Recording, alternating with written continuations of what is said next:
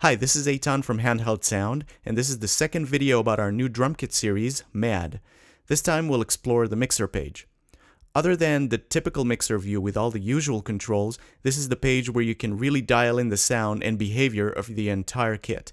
The mixer includes dedicated channels for each perspective, so we have the kick, the snare top, snare bottom. Both snare channels are already phase inverted, by the way. Hi-hat, tom 1, tom 2, floor tom, overheads channel, and a stereo room channel. The EQ panel is where you insert and set it up for any channel. You can quickly toggle the channel you're configuring and set the EQ up.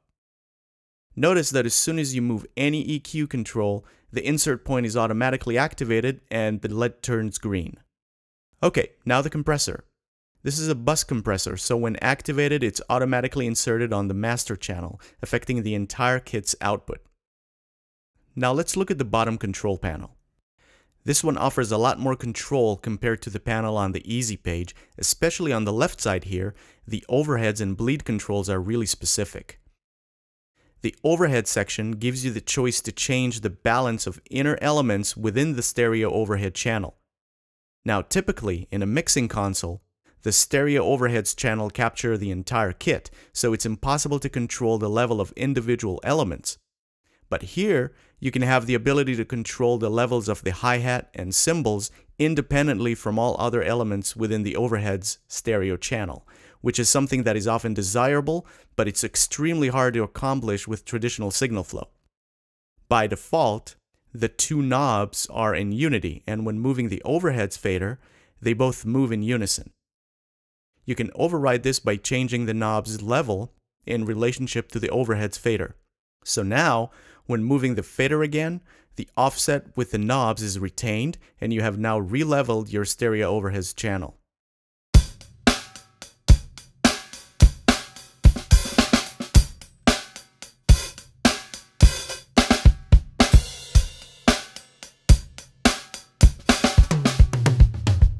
Okay, next is the bleed section, which is really special in MAD.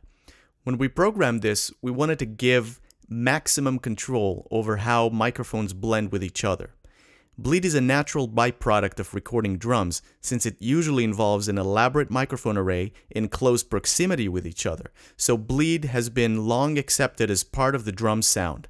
Using bleed correctly adds certain detail and can actually preserve how we hear drums live. In MAD, you have total control over the bleed amount from multiple microphone perspectives. Again, this type of control is something that is virtually impossible to get using a traditional console. The two knobs that control bleed are multifunctional.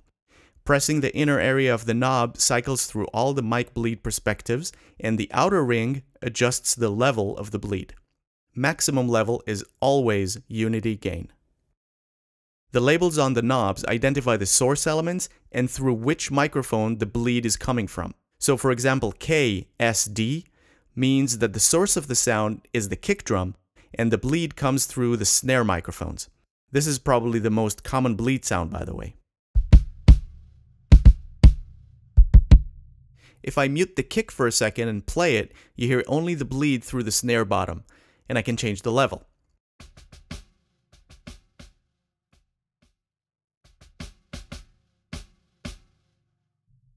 So let's look at all the type of bleed that we can do in MAD. Kick through snare bottom adds snare rattle.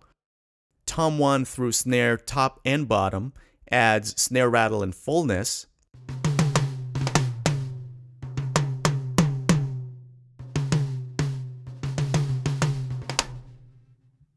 Tom 2 through snare top and bottom adds even more rattle and fullness.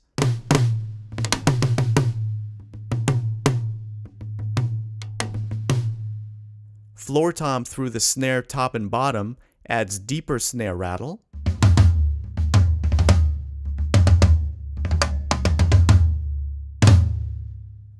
Floor tom through tom 2 adds power.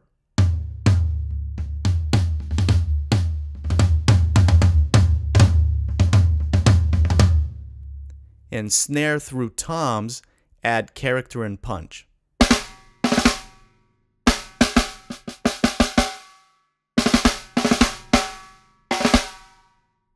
Okay, so I'm going to play a loop with MAD right now, and I'm going to play with all the bleed controls. Pay attention to how the sound changes, and different mics open up or close depending on the levels that I set in each knob.